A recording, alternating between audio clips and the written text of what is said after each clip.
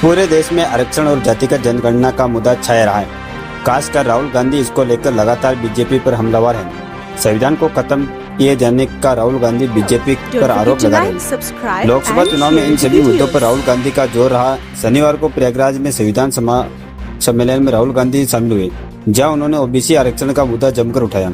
वहीं जब राहुल गांधी के इस बयान पर अब राजनीति हो रही है, बहुजन समाज पार्टी के अध्यक्ष और उत्तर प्रदेश की पूर्व मुख्यमंत्री मायावती ने कांग्रेस और सपा पर जोरदार हमला किया। प्रयागराज में आयोजित संविधान सम्मेलन को लेकर दोनों पार्टियों का रवैया को उन्होंने तंज कसते हुए कहा कि लोग इनके चाल और चरित्र को लेकर सजग रहें। बसपा अध्यक्ष ने कहा कि उनकी पार्टी समाजवादी पार्टी और कांग्रेस जैसे दलों के साथ अब किसी भी चुनाव में कोई गठबंधन नहीं करेगी।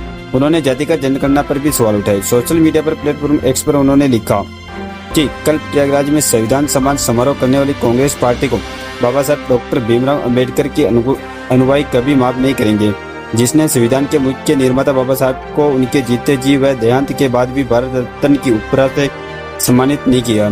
इसके अलावा केंद्र में भी बीजेपी की सत्ता आने से पहले कांग्रेस ने अपनी सरकार में राष्ट्रीय जातिगत जनगणना क्यों नहीं कराई थी, जो अब इस बात कर रहे हैं जवाब दे, जबकि बीएसपी इसके हमेशा ही पक्षधर रही, क्योंकि इसका होना कमजोर वर्गों के हितों में बहुत जरूरी है।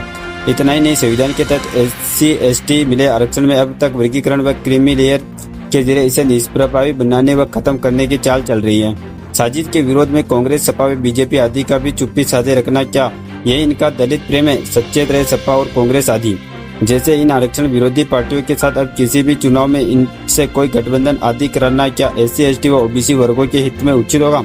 ये कतई नहीं होगा। ऐसे में अब इनको खुद अपने दम पर खड़े होना यही सलाह है। वहीं दूसरी तरफ राहुल गांधी के बयान पर केंद्रीय मंत्री जीतन राम मांझी से जब सवाल किया गया तो उन्होंने कहा कि जब वह सत्ता में आएंगे तभी वह कर पाएंगे। इस दौरान जीतन जी मांझी ने कहा कि वह सिर्फ सपने देख रहे हैं, पहले आवे सत्ता में तभी ना वो सपन देख रहे हैं। पहले आवे सत्ता में तभी ना वो स्वप्न देख रहे हैं, दीवार स्वप्न देख रहे हैं। अगर कुछ करना होगा तो नरेंद्र मोदी ही करेंगे, दूसरा कोई नहीं कर सकता है। जब आवश्यकता पड़ेगी तो इस प्रकार का काम हो जाएगा। दरअसल शनिवार को प्रयागराज में संविधान सम्मेलन में राहुल गांधी शामिल हुए। उन्होंने ओबीसी आरक्षण का मुद्दा जमकर उठाया, कहा कि आधी आबादी आपकी है लेकिन आपको आपका हक नहीं मिल रहा है। और अब राहुल गांधी के इस बयान के बाद एनडीए की सहयोगी पार्टियों के साथ साथ बसपा भी राहुल गांधी के बयान पर पलटवार कर रही है, क्योंकि मायावती भी अच्छी तरह जानते हैं कि राहुल गांधी की नज़र उनके पारंपरिक वोट बैंक पर है। फिलहाल के लिए बस इतना ही। बाकी अपडेट्स के लिए जुड़े रहे KSR News 24 के साथ।